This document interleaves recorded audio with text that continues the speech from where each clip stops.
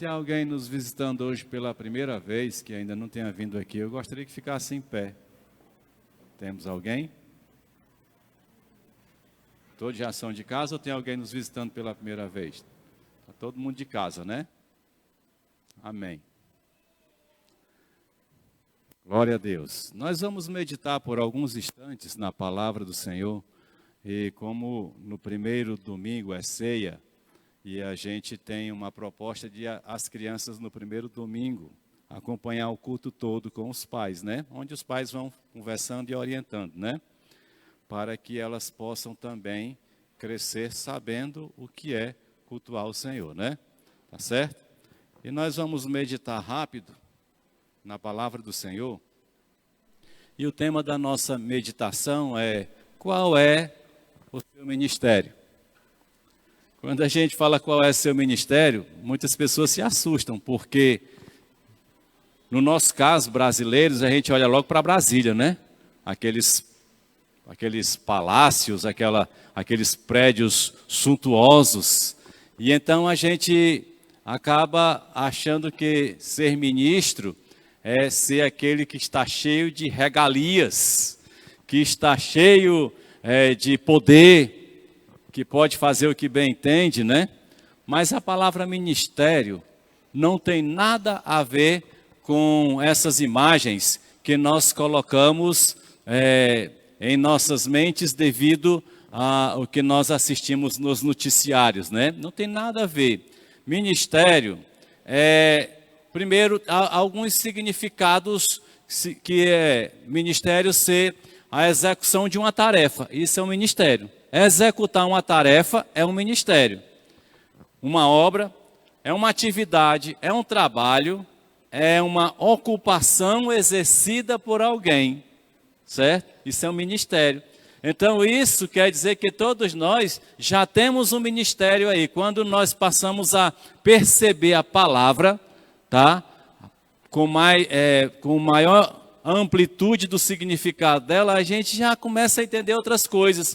E que ministério é também um cargo, uma função e uma profissão. Tudo isso é ministério. O ministério, que vem de uma língua morta já, chamada do latim, né? Que já ela não é mais uma língua, ainda que se use muitos termos do latim no jurídico, né? No juridiquês, que a gente chama, mas ela queria dizer função de um servidor, uma função servil, daquele que está ao serviço dos outros. Durante um tempo, aquelas pessoas que passavam em concurso público, tá? E talvez aqui tenham alguns, eram chamados de funcionário público, certo? Mas, devido a haver muita dificuldade da sociedade conhecer isso, como até hoje não conhece, eles mudaram o nome para uma terminologia chamada servidor público, ou seja, aquele que serve. Nem sempre nos serve, às vezes quer dar um chute na gente, né? Às vezes a gente chega no canto, ele está ali para nos atender com um sorriso grande, não importa se o salário está atrasado, não importa se o carro quebrou e chegou cansado, mas tem que estar ali para atender a gente com um sorriso grande. No entanto, não é assim que acontece. Mas esse é um ministério, servir. Então, o servidor público é aquele que é empregado da sociedade. Pasmem o que eu vou dizer. O presidente da República é um servidor público. Então, ele tem obrigação, tá? Quando uma autoridade, não estou aqui falando de partido político, que eu não gosto de falar disso, mas a gente tem que ter consciência das coisas.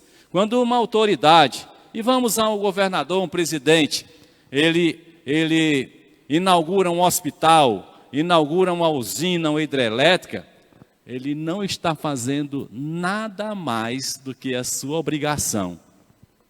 Ele não tem que receber palmas por isso, não. Não é vantagem nenhuma. O problema é que os servidores que, infelizmente, nós votamos, não é esse o assunto, não sei porque que eu saí.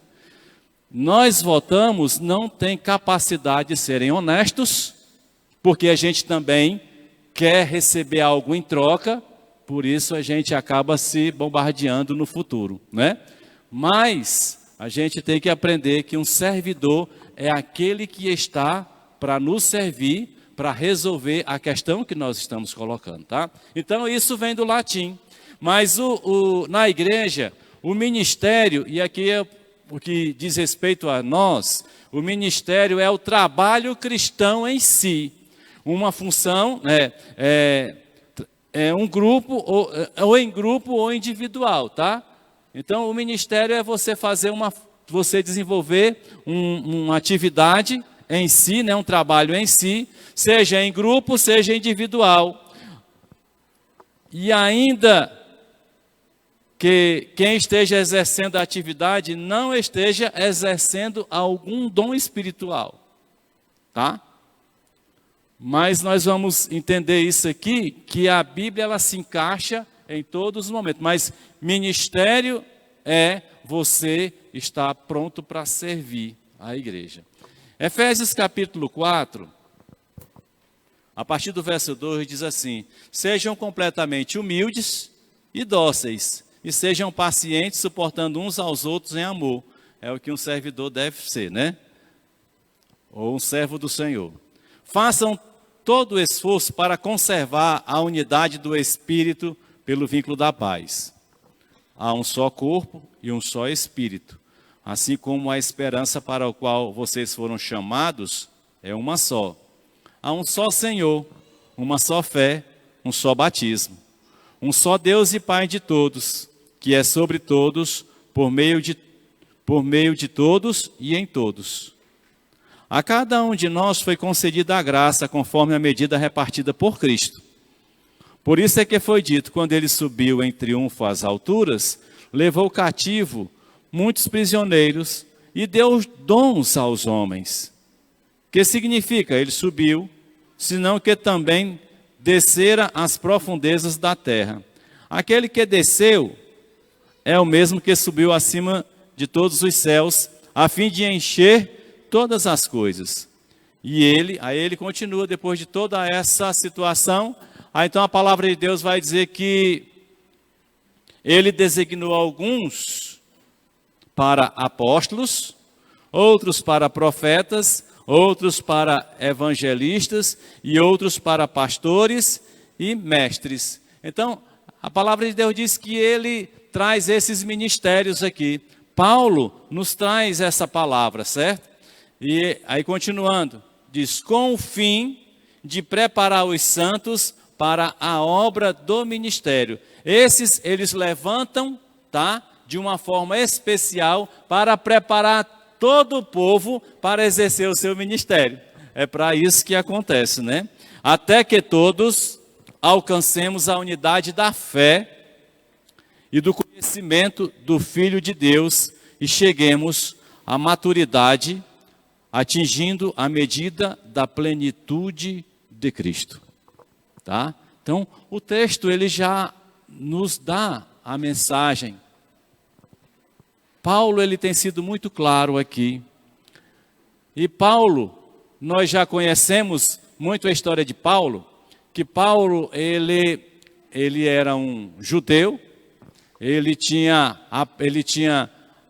aprendido aos pés de Gamaliel sobre a lei, ele tinha muito conhecimento, e ele fala isso por várias vezes, né? Mas Paulo, ele pede cartas do sinédrio dos sacerdotes para ir para Damasco, para prender cristãos e matar. Já tinha matado Estevão, e ele estava lá com sangue no nariz, né? Para matar os servos do Senhor. E ele pede cartas para um lugar chamado Damasco.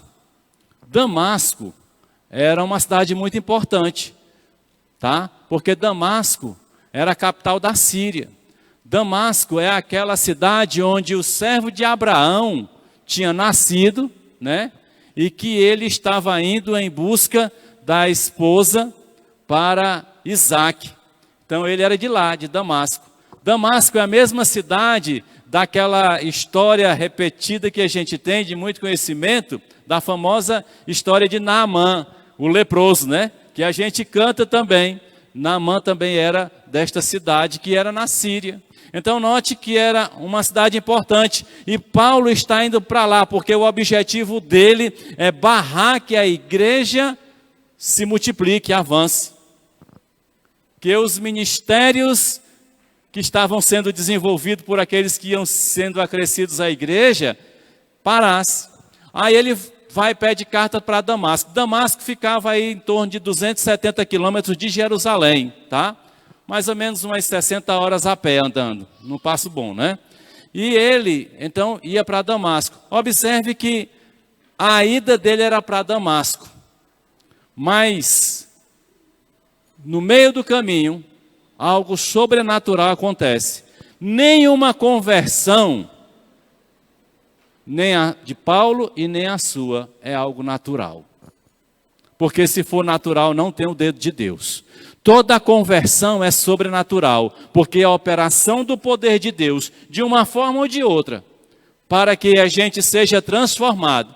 Então Paulo, no meio do caminho, ele tem um encontro com o Senhor Jesus Cristo. E ao invés de Paulo seguir para Damasco, ele passou direto e foi para Antioquia. Continuou, não sei mais agora se é a cavalo, porque depois que ele aceitou Jesus Cristo, eu acho que ele perdeu o cavalo, viu? Porque ele ia a cavalo, né? Mas aí depois de aceitar Jesus Cristo, acho que o cavalo tomaram dele, agora ia a pé. Aí ele vai, que é uma distância um pouco maior, de Jerusalém a Antioquia, 633 quilômetros, era necessário 17 a 20 dias a pé para chegar até lá. E lá vai Paulo agora. Mas ele era novo, estava começando a fazer o seu novo exercício, né? Tempo para ir meditando nas coisas de Deus. Foi para Antioquia. Em Antioquia, ele procurou uma sinagoga e foi onde ele fez a sua primeira pregação. Já estava no contexto ministerial. Às vezes tem pessoas que passam 3, 4 anos para descobrir o que é que ela tem que fazer no reino dos céus. Qual é o seu objetivo? E Paulo entendeu logo. Paulo não era um pregador eloquente, viu? Quem era um grande pregador que dava gosto de se ouvir era Apolo. Apolo era fantástico. Paulo não era esses pregadores não, que muita gente, porque muita gente olha para Paulo e pensa que ele é alguém assim de uma pregação extraordinária. Não, muito simples, não era eloquente, porém cheio do Espírito Santo, que é o que fazia diferença, né? Mas ele vai, porque o desejo dele agora é mudar as circunstâncias. E ele vai para Antioquia. E na Antioquia começa a se desenvolver. A Antioquia, meus queridos, ficava a 633 quilômetros de distância de Jerusalém. Era uma cidade na Turquia. Hoje é chamada, a Antioquia é chamada de Antáquia. Ela é extremando com a Síria. Ela já é quase chegando no território sírio, mas mesmo assim é lá na Turquia. E Paulo se locomove lá para esta cidade. Era considerada a 3ª maior cidade do mundo na época. Muito grande. Tinha cerca de 500 mil pessoas. E lá ele começa a pregar a palavra. E lá ele começa a desenvolver. Aí quando chega em Atos 13:1, nós vamos observar o cumprimento da palavra de Deus, que Efésios está dando para nós aqui. Assim como Atos 13:1 refere-se a Efésios 4:11. E a palavra de Deus lá em Atos diz assim: na igreja de Antioquia havia profetas e mestres. Havia profetas e mestres. Certo? Ele está falando de pessoas que tinham recebido um dom especial de Deus para profetizar e para também ensinar. certo? E aqui ele diz, Barnabé, que foi quem trabalhou junto com Paulo durante a primeira viagem missionária, né? Simeão, chamado Níger, Lúcio de Cirene, Manaém, que fora criado com Herodes, o tetrarca, e Saulo. Então, Saulo estava ali. Só que a gente sabe, na continuação da história, que a igreja já tinha os irmãos operando os ministérios de Deus. E é o que faz uma igreja se desenvolver, ser viva, uma igreja de paz, uma igreja de vitória, é exatamente esta colocação que Deus impõe a nós no nosso espírito, tá? Imprime em nosso espírito para que a gente faça parte do contexto de reino. Muitas vezes, e eu vou fazer um comparativo grosseiro, mas dá certo. Muitas vezes, na igreja, nós somos igual aquelas pessoas que quer votar nulo ou votar em branco. Ou seja, não fazer nada.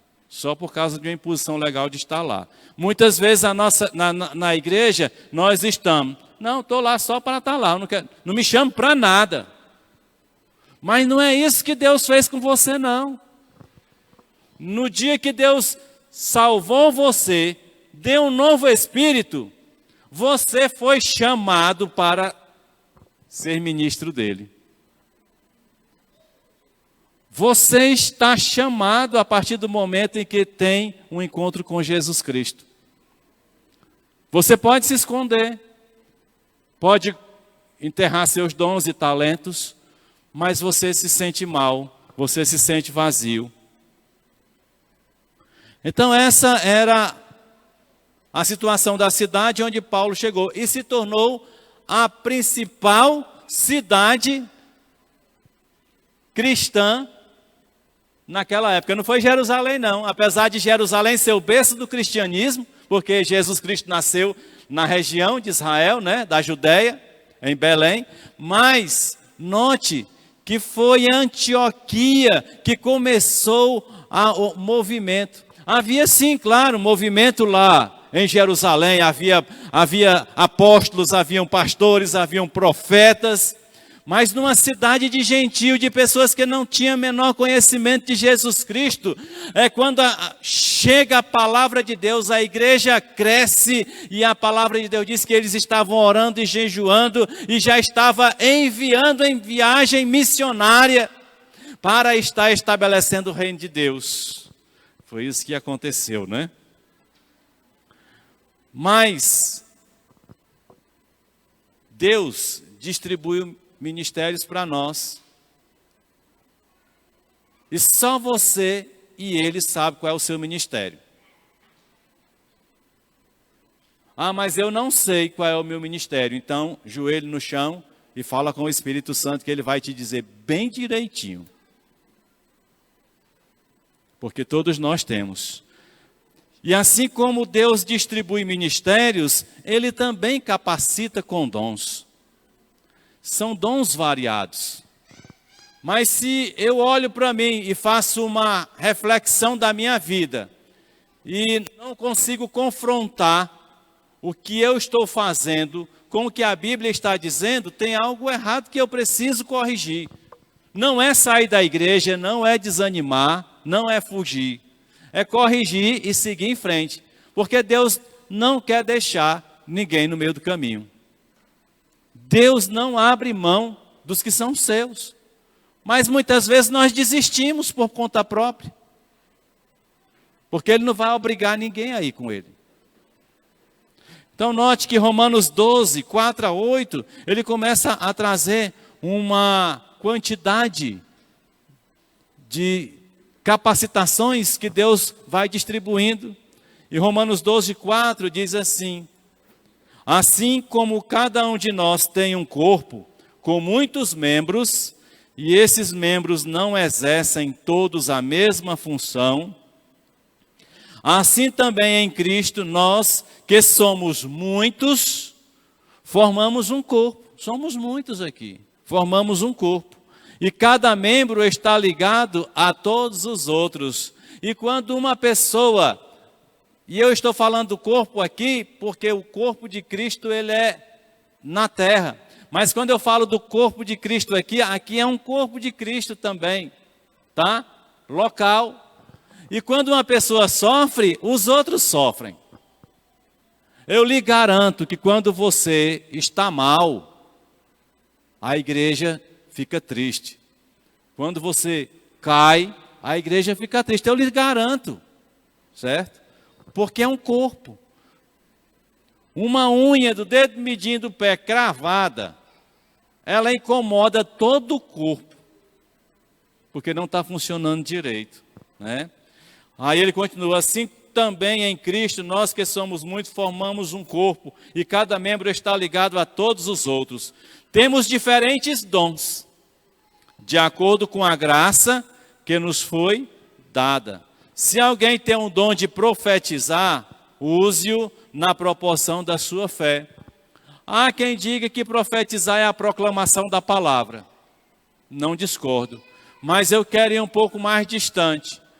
Profetizar é proclamar o que está no coração de Deus para as pessoas. Então vai mais além do que a proclamação da palavra, que já é algo muito sério e já é muito importante. Então, a uns foi dado profetizar, use na proporção da fé. Se o seu dom é servir, e aqui servir é aqueles que estão prontos a dizer, conte comigo. Servir, né? Muitos se esquivam. Ou, se é ensinar, tem pessoas que estão aqui para ensinar as outras.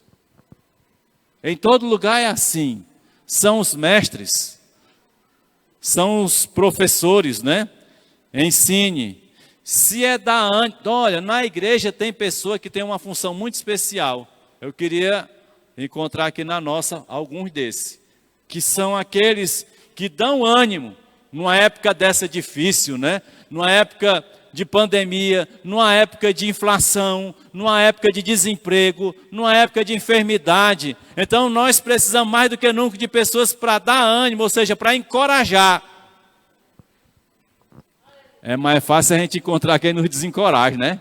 Eu fiz assim mesmo, é o inferno que está dominando. E aí vai. Se a gente ouvir muitas conversas, e eu escuto muito, meus queridos, eu vou dizer uma coisa. Se eu estivesse aqui, pelo que eu escuto, eu já estava a milhares de quilômetros de distância daqui. Porque desde o primeiro dia que eu vim para cá, me disseram em outro lugar, disse, tu vai para aquele lugar.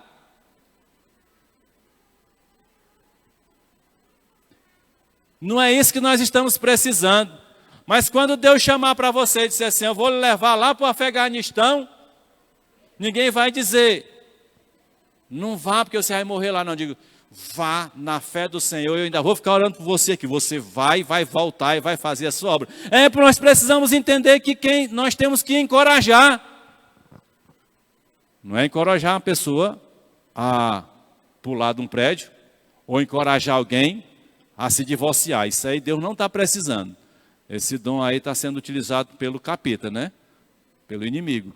Mas encorajar os irmãos a seguir com Cristo. Isso acaba sendo um ministério de fortificação, né?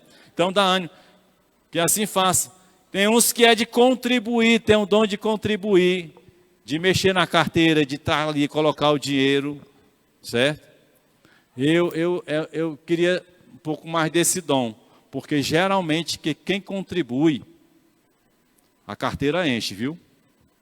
É impressionante, eu conheço várias e várias pessoas, vários empresários que não medem nem esforço para dizer quanto é que está precisando e abre lá a carteira e entrega. E Deus vai aumentando. Agora você diz, eu tenho o dom de contribuir, mão fechada, o céu se fechou para você, foi tempo, viu? Você não vai sair para canto nenhum. Porque se é isso que Deus te chamou e você sabe, e esta contribuição não é dízimo e oferta, é contribuição para avanço. É diferente. Então, se exercer liderança, que exerça com zelo. Liderança não é chefia. Não precisamos de chefe. Nós precisamos de líderes. O líder é aquele que vai à frente. Não é aquele que manda os outros, não. Vão, que eu vou ficar aqui esperando a resposta. Líder é aquele que vai à frente. E que o pessoal tem confiança nele. Esse é um líder, tá?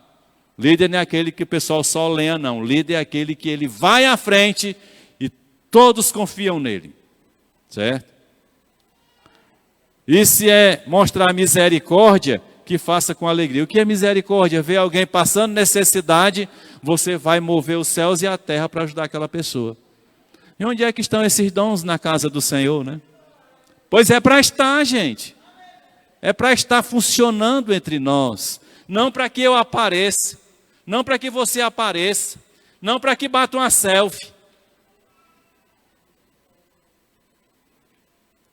Mas para que você abra o seu coração em gratidão ao Senhor. 1 Coríntios 12, 4 a 11, também está falando a respeito dos dons que trabalham nos ministérios. E ele diz assim, olha, há diferentes tipos de dons, mas o Espírito é o mesmo. Aqui é um dos textos onde a gente vê falar na Trindade, que muita gente diz que não existe, né? Mas ele diz, há diferentes dons, mas é o Espírito Santo quem trabalha com eles na nossa vida. Há diferentes tipos de ministério, mas é o Senhor Jesus, é o mesmo. Há diferentes formas de atuação, mas é o mesmo Deus quem efetua tudo em todos. Então nós temos aí o Espírito Santo, Jesus e Deus, operando em nossas vidas, querendo que a gente avance, querendo que a gente cresça. A cada um, porém, é dada a manifestação do Espírito, visando ao bem comum. Pelo Espírito a um é dada a palavra de sabedoria, a outro palavra de conhecimento. Palavra de sabedoria nem todo mundo tem, né? Porque tem uns que tem uma palavra que não é boa. Mas quem tem o dom da sabedoria consegue desenrolar o teu problema, né? Se você procurar alguém porque você está com um problema, vai aqui uma dica. Uma dica. Se você está com um problema e procurar alguém, e a pessoa diz, eu vou dizer minha opinião, a opinião dela não serve para você. Mas se ela disser, eu vou lhe dar um conselho, escute. Porque só dá conselho quem tem experiência. Mas se alguém chegar, eu vou dar minha opinião, então, não, você pode até ouvir por educação, mas descarte. Você não precisa de opinião. Porque quando nós temos algum problema, nós precisamos de conselho. Né? Então ele diz, sabedoria, outra palavra de conhecimento. Palavra de conhecimento, entra a pessoa na igreja, chega perto de você, e o Espírito Santo diz, essa pessoa está com isso, ela está com depressão, ela está com esse problema, teve um problema com o pai, teve um problema com a mãe, o marido dela mandou ela embora, ela nem falou, você já sabe. Mas isso aqui não é para a gente chamar para nós a questão de eu sou usado. Porque o orgulho foi o que derrubou Satanás.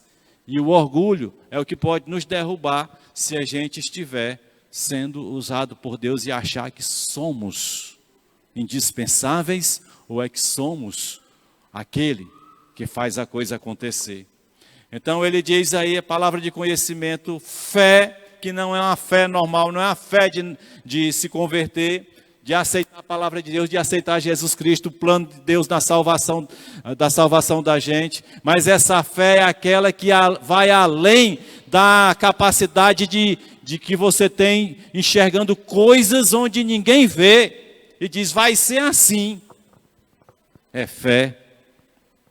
Pelo mesmo Espírito, a outros é dado o dom de curar, a outro poder para operar milagres. Cura e milagres são coisas diferentes, né? Cura é corpo, milagres é quebra da lei física, certo? Um milagre, ele quebra uma lei existente. A cura é um problema de saúde do corpo, tá?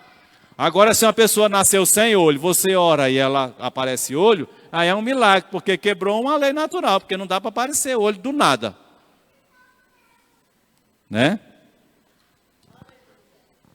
Há outros profecia, há outros discernimento de espírito, variedade de línguas e interpretação. Todas essas coisas, porém, são realizadas pelo mesmo e único Espírito, e ela as distribui individualmente a cada um conforme quer.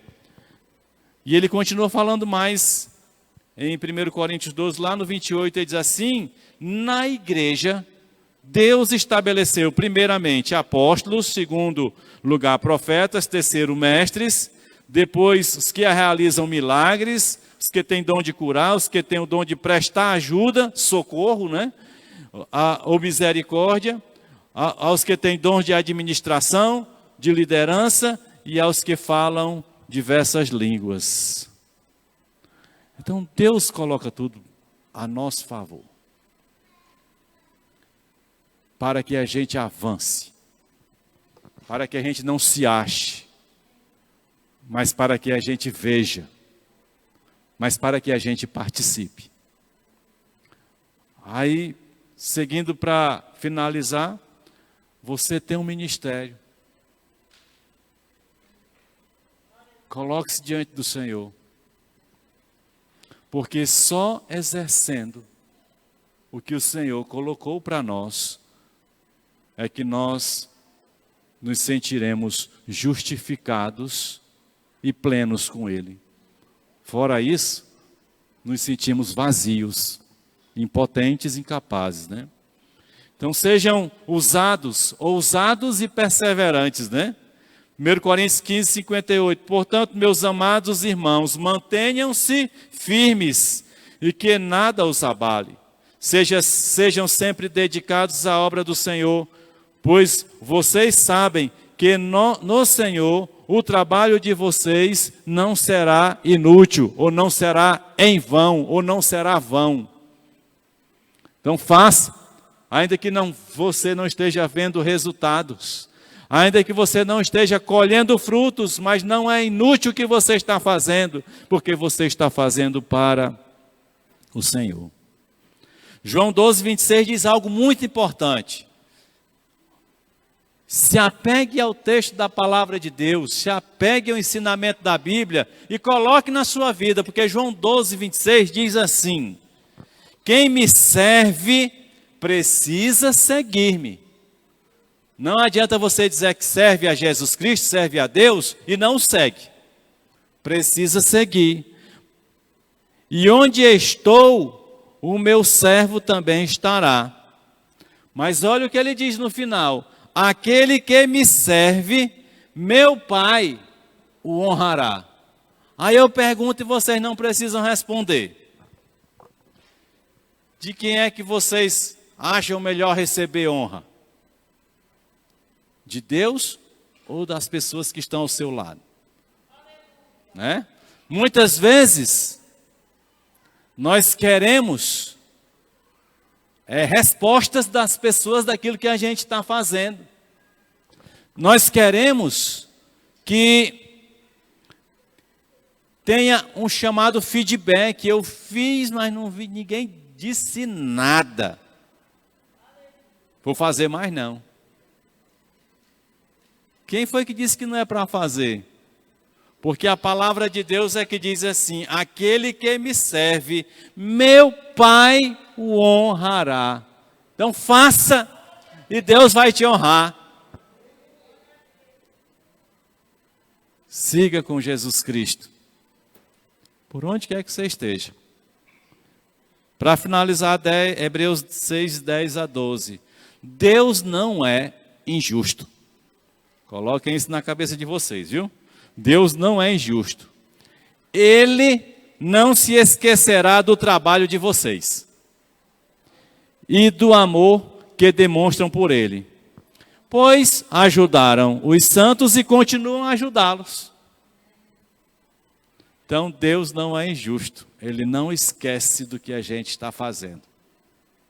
Com sinceridade, para Ele, né? Queremos que cada um de vocês, versículo 11, queremos que cada um de vocês mostre essa mesma prontidão até quando? Até o fim.